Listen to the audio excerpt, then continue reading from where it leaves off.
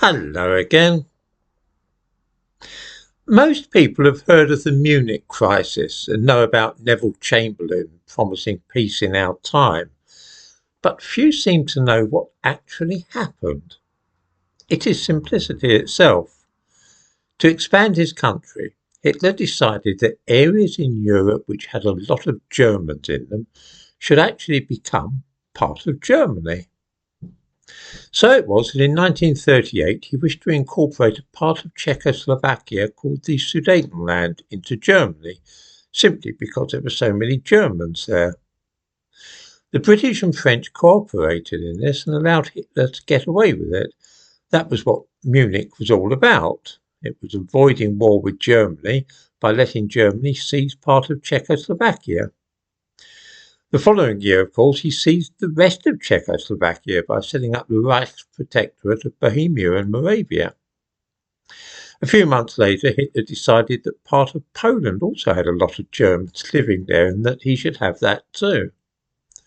Whereupon the Second World War began. There are, of course, many Russians living in various parts of Eastern Europe, such as Ukraine and Moldova. In 2014, Russia cooperated with some of those Russians living in the Ukrainian provinces of Donetsk and Crimea to break away from Ukraine and become part of Russia. The West didn't feel that they should intervene, and so 8 years later the Russians seized another chunk of Ukraine and added that to Russia.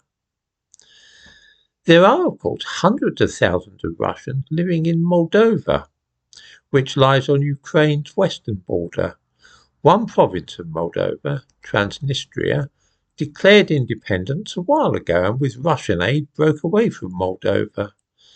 Now Transnistria is calling for the Russians to make them part of Russia as well. If this is successful, then we can expect to see the same thing happen in the Baltic states. This tactic of claiming that ethnic members of your country are living somewhere and so that place too is logically part of your country is identical in the case of both modern Russia and Nazi Germany. There is no doubt at all that Russia will take more and more land little by little until other European powers intervene. This is of course why Sweden has now joined NATO and why last month they brought back national service, which will soon become conscription. Other countries, including Britain, are also flirting with the idea of conscription. You will have observed that we are now sending fewer weapons to Ukraine generally, us and the rest of European countries generally, because it is dawning on us that we might need them for ourselves. We already have troops stationed in Poland and the Royal Navy is operating in the Red Sea.